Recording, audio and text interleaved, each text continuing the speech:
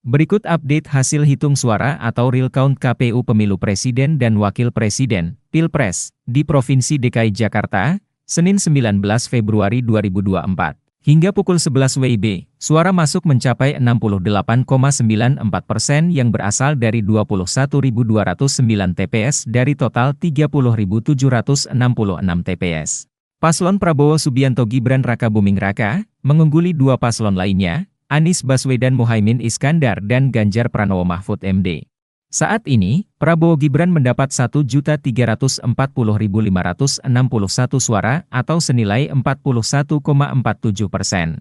Kemudian, Anies Muhaimin mendapat 1.317.602 suara atau senilai 40,76%. Sedangkan Ganjar Mahfud mendapat total 574.149 suara atau senilai 17,76%. Dari 6 kabupaten kota di DKI Jakarta, Ganjar Mahfud berada di urutan ketiga.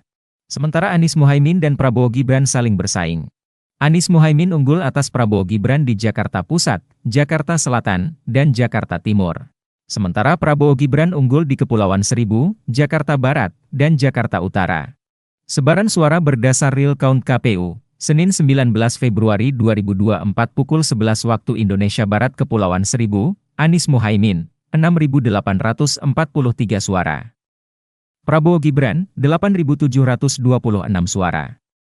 Ganjar Mahfud, 2.249 suara. Jakarta Barat, Anies Muhaimin, 328.529 suara. Prabowo Gibran, 414.058 suara. Ganjar Mahfud, 200.355 suara. Jakarta Pusat, Anies Muhaimin, 202.384 suara. Prabowo Gibran, 194.695 suara. Ganjar Mahfud, 89.295 suara.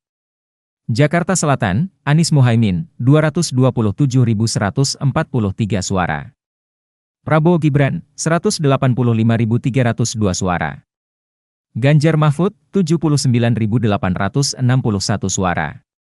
Jakarta Timur, Anies Muhaimin, 460.214 suara.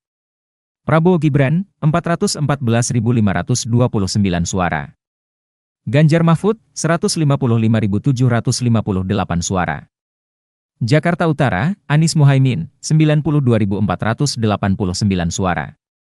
Prabowo Gibran, 123.251 suara. Ganjar Mahfud, 46.631 suara. Tribun X menghadirkan lokal menjadi Indonesia.